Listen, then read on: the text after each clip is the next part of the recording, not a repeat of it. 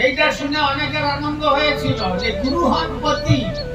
হ্যাঁ, কিন্তু তার ব্যাখ্যা করা দরকার ছিল পতি কাকে বলে।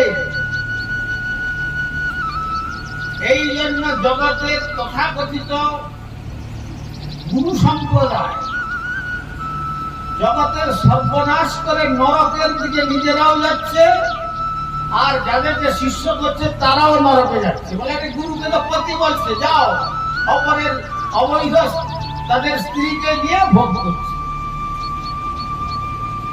এখানে পতি মানে পদ ধাতু রক্ষণে পালন হচ্ছে,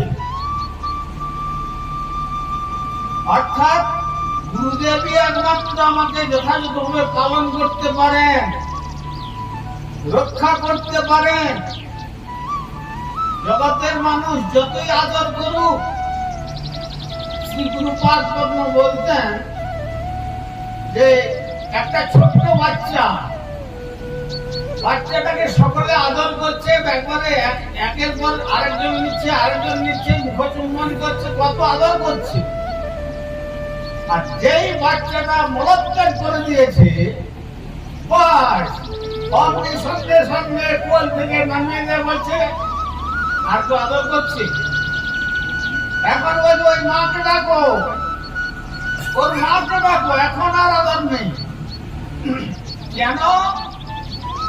মা ছাড়া যেমন সন্তানকে কেউ যত্ন করে পরিষ্কার করে সুন্দর করে রাখতে পারে না জগতের কাছে, এমনি আমরা সমস্ত জগতের জীবগুলো আবর্জনা তুল্য, অত্যন্ত মলিন বস্তুর প্রতি আকৃষ্ট। তাই এই মলিন বস্তুতে যেমন মা যেমন সন্তানকে পরিষ্কার করে সুন্দর করে সাজিয়ে দিলে সকলে বলে না, তেমনি আমাদের এই মলিনতা থেকে সম্পূর্ণ মুক্ত করে সাজিয়ে দিয়ে শ্রী গৌর গোবিন্দের পাদ পদ্মে উপহার প্রদান করতে পারেন, তিনি হচ্ছেন শ্রী গুরুপাদ।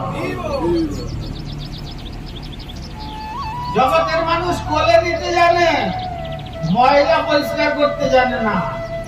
তাই আমাদের যে 84 লক্ষ জীবনের ময়লা, কনক, কামিনী, প্রতিষ্ঠা, কাম, ক্রোধ, লোভ, মদ, মোহ, মাৎসর্য, এসব কে পরিষ্কার করবেন?